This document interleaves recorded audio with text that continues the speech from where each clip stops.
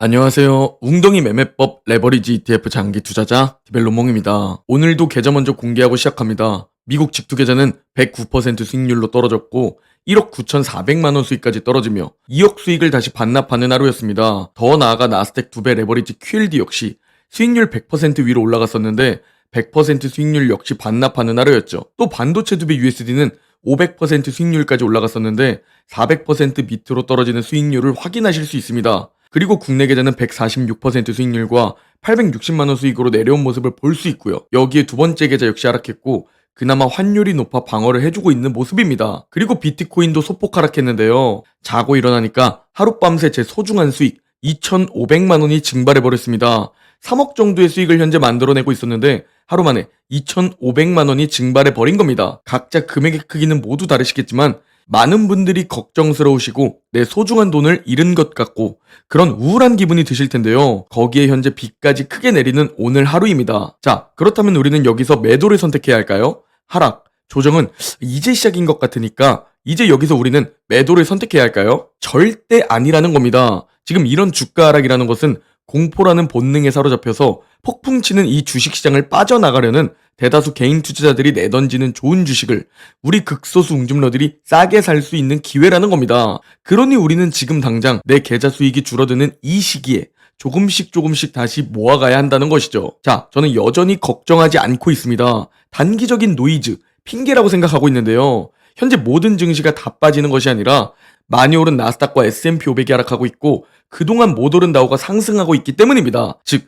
이는 전형적인 순환매, 키 맞추기라는 것이죠. 즉, 건강하게 순환되며 오른다는 것을 의미하기도 합니다. 자, 이걸 우리가 차트로 한번 확인해보면 그동안 못 오른 다우는 크게 상승하며 신고가를 경신해주는 모습을 보이고 있고 그동안 다우와 다르게 미리 신고가를 계속 경신하던 돈복사라고 불리던 그 나스닥이 차익 실현 매물이 나오며 반대로 밑으로 꺾이는 모습을 보여주고 있습니다. 못 오른 다우는 올라가고 많이 오른 나스닥은 떨어지고 일주일, 2주일 전부터 제가 계속 강조드리던 키 맞추기, 순환매라는 것을 우리가 확인할 수 있죠.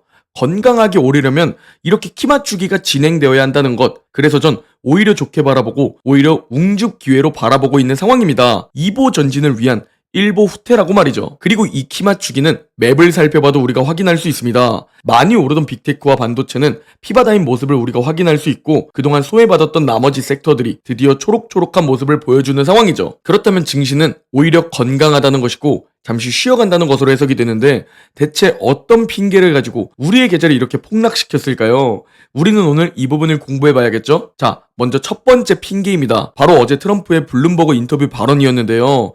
여기서 트럼프는 이런 발언을 합니다. 대만이 우리 미국의 반도체 100%를 가져가고 있다 라는 발언을 해버리는 겁니다. 이게 뭘 뜻하는 거냐? 미래 산업의 먹거리인 우리 미국의 반도체를 대만이 모두 다 차지하고 있다는 거니까 대만은 현재 그만큼 부유하다는 뜻이겠죠? 부유하니까 중국으로부터의 자국 보호를 위해 우리 미국에게 방위비를 내라고 말하는 겁니다. 즉 정치적인 핑계, 대선 불확실성으로 조정하락 핑계가 나온 겁니다. 그렇다면 우리는 이걸 또 살펴봐야 합니다. 이 미국 증시가 트럼프가 대통령이 되면 하락할 것인가 아니면 상승할 것인가를 살펴봐야 하는데요. 결국 트럼프는 주식시장을 우상향, 부양시키는 대통령입니다. 왼쪽 그래프를 보면 2017년부터 2020년까지 트럼프 재임 기간 미국 증시 추이입니다. 오름과 내림을 반복하면서 결국은 우상향하고 있는 트럼프 재임 기간 미국 증시를 볼 수 있죠. 또한 트럼프는 다른 대통령들과 비교를 해도 오히려 연평균 수익률이 높은 대통령 중 한 명입니다. 그러니 변동성은 좀 클 수 있겠지만 결국 주식시장은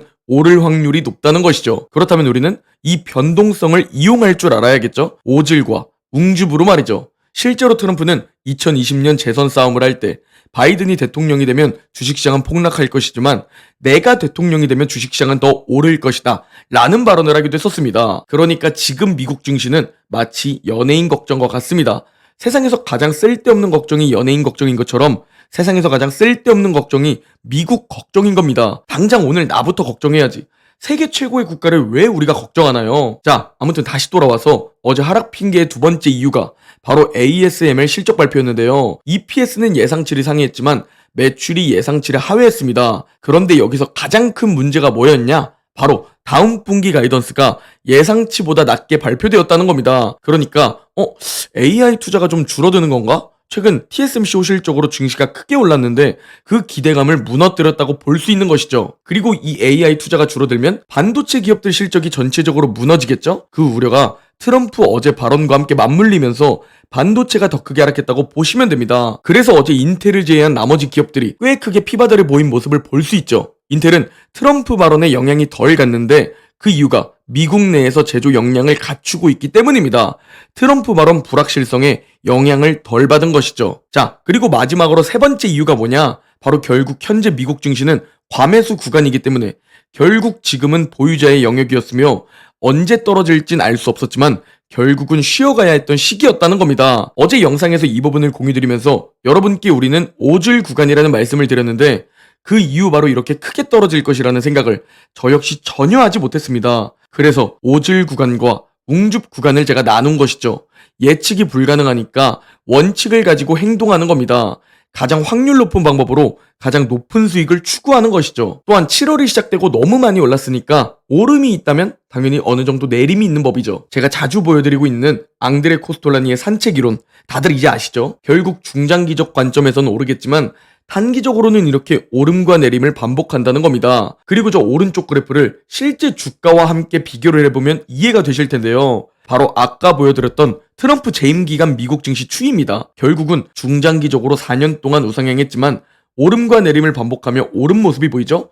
우리는 여기서 오질 구간과 웅줍 구간, 이 원칙을 가지고 오를 땐 즐기고 웅덩이에서 줍줍하는 투자를 하면서 안전 마진을 확보하고 수익을 극대화하는 겁니다. 자, 최근 오질 구간에 돌입했던 우리는 반도체만 줍줍하고 비트코인만 줍줍했는데 이제 드디어 다시 웅줍 구간에 진입하며 웅줍 기회를 활용하게 되었습니다. 바로 다음 웅줍 타자는 나스닥입니다. 나스닥 일봉 차트를 가지고 왔는데요. 웅덩이 매매법 1차 매수 타이밍 21선을 터치했고 그 밑으로 음봉을 그리고 있죠. 저는 어젯밤 11시에 실시간으로 상황을 보며 멤버십 텔레그램을 통해 종가의 QLD를 매수한다는 글을 올렸습니다. 웅덩이 매매법 1차 매수 타이밍 원칙대로 실시간 매수 안내를 드렸고 현재 1차 매수를 마친 상황입니다. 지금 이 웅덩이 기회를 놓치지 않고 잡고 싶은데 언제 대체 뭘 해야 할지 잘 모르시는 분들이라면 제 멤버십에 지금 가입하시면 그 기회 잡으실 수 있을 겁니다. 고정 댓글에 가입 링크 기재해둘 테니 가입하시고 커뮤니티 게시판 확인하셔서 텔레그램 입장하시고 이번 웅덩이 기회 잡아보시죠. 자, 다시 돌아와서 이제 이렇게 떨어지기 시작하면은 그토록 기다려온 웅덩이임에도 꼭 이런 생각을 하시는 분들이 또 계실 겁니다. 더 떨어질 것 같은데 좀 기다렸다가 살까요? 라는 질문을 주시는 분들이 꼭 계시는데요.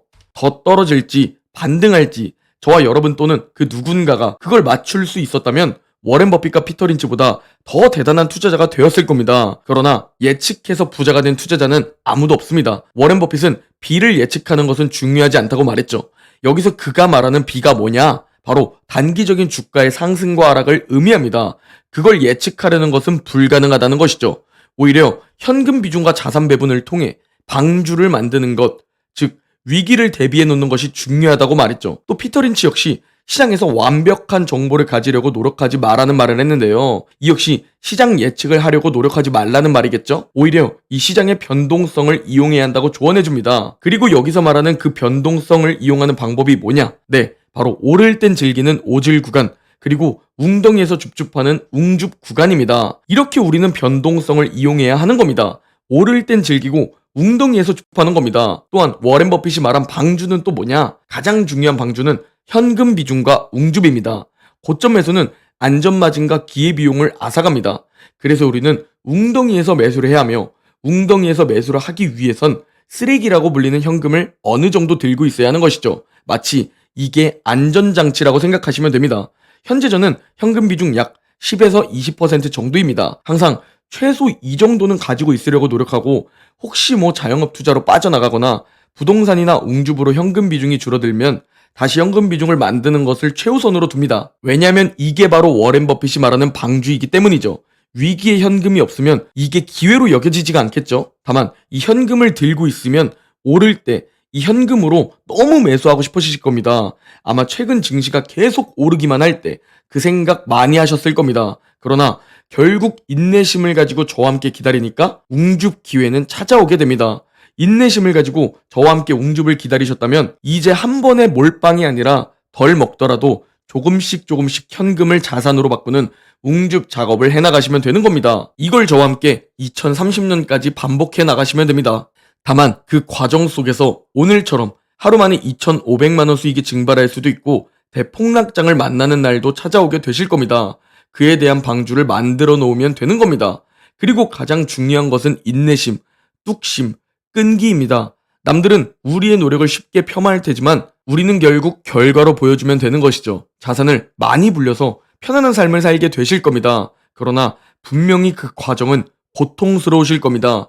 올랐을 땐 팔고 싶을 것이고 떨어질 땐 팔걸 이라는 껄무새도 되실 것이고 폭락했을 땐 저를 원망하시기도 하겠죠. 그중 99%는 결국 떨어져 나가시겠지만 어쩔 수 없습니다. 이것이 자본주의니까 말이죠. 그러나 이 영상을 보는 여러분은 꼭 떨어져 나가지 않고 끝까지 버텨내시길 바랍니다. 제가 직접 제 한 번 사는 소중한 인생을 다 보여드리고 앞장서서 행동할 테니까 인내심과 끈기, 뚝심을 통해 함께 가시면 됩니다. 이 한 번뿐인 소중한 인생에서 여러분은 이번 이 웅덩이 기회에서 어떤 행동을 하실 건가요? 그 선택이 여러분의 행동을 만들고 그 여러분의 행동이 여러분의 인생을 만들게 됩니다. 오늘 영상은 여기까지입니다. 제 영상이 도움이 되셨다면 구독, 좋아요, 댓글, 알림 설정 부탁드립니다. 그럼 내일 영상에서 뵙겠습니다.